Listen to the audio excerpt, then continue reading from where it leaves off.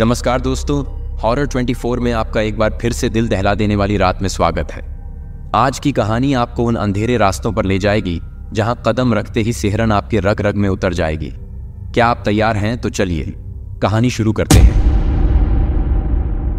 उत्तराखंड के घने जंगलों के बीच एक छोटा सा गांव था, निहारी। इस गांव के लोग बहुत ही धार्मिक और साधारण जीवन जीते थे।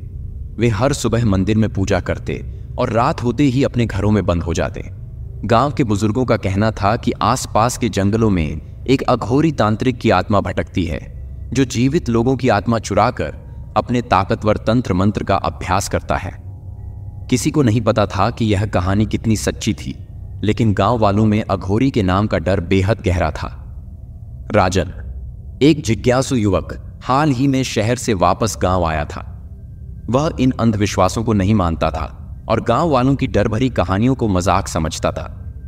जब उसे अघोरी की कहानी सुनाई गई तो उसने ठान लिया कि वह इस कहानी के पीछे की सच्चाई का पता लगाएगा। राजन ने अपने दोस्त मोहन को भी इस रहस्यमयी यात्रा पर साथ चलने के लिए मना लिया। अगली रात जब पूरा गांव सो रहा था, राजन और मोहन जंगल की ओर निकल पड़े। हवा में अजीब सी ठंडक थी और पेड़ों की शाखाएं ऐसे हिल रही थीं जैसे उन्हें देख रही हों। दोनों के हाथों में टॉर्च थी, लेकिन टॉर्च की रोशनी भी घने पेड़ों के बीच खो जाती थी। रास्ता बेहद संकरा और डरावना था। हर तरफ से अजीब आवाजें आ रही थीं, हवा का शोर, सूखे पत्तों की चरमराहट और कभी-कभी हल्की फुसफुसाहट जो उन्हें और भयभीत कर रही थी। कुछ ही देर में वे जंगल के बीचों बीच एक छोटे से वीरान मंदिर के पास पहुंचे। मंदिर की दीवारें टूटी फूटी थीं और उसकी छत मानो किसी समय गिरने वाली हो। उसके चारों ओर बेतरतीब तरीके से लगे पेड़ों ने उसे और भी डरावना बना दिया था। राजन और मोहन ने आपस में देखा और मंदिर के भीतर जाने का फैसला किया। जैसे ही उन्होंने मंदिर के दरवाजे को धक्का दिया, दरवाजा चरमराते हुए खुल गया और उनके सामने एक डरावनी दुनिया थी। अंदर बहुत पुरानी तांत्रिक क्रियाओं के निशान थे। जमीन पर लाल रंग से बने अजीब से चिन्ह, मटमैले कपड़ों में लिपटी हुई पुरानी हड्डियां और एक धूपदान जिसमें राख पड़ी हुई थी। तभी मंदिर के कोने में रखे एक पुराने ताबूत की तरफ मोहन की नजर गई। ताबूत बेहद पुराना और धूल से भरा हुआ था। राजन ने उस ताबूत के पास जाकर उसे खोलने की कोशिश की। मोहन ने उसे रोकने की कोशिश की, लेकिन राजन नहीं माना। जैसे ही ताबूत का ढक्कन खुला, अंदर से एक तेज हवा का झोंका बाहर निकला और उनके चारों ओर की हवा अचानक से भारी हो गई।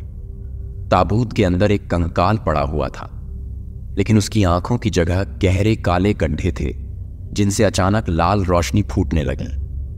उसी वक्त उन्हें अपने पीछे किसी के चलने की आवाज सुनाई दी। दोनों तेजी से मुड़े और देखा कि मंदिर के द्वार पर एक लंबा काले कपड़ों में लिपटा हुआ आदमी खड़ा था। वह अघोरी था, जिसकी आत्मा गांव वालों को डराती थी। अघोरी के होंठ धीरे धीरे खुले और उसकी आवाज गहरी गूंजती हुई निकली। तुमने मेरी शांति भंग की है, अब तुम इस श्रापित स्थान से जीवित वापस नहीं जाओगे। उसकी आंखों से आग जैसी रोशनी निकलने लगी और उसके हाथों में एक त्रिशूल प्रकट हो गया।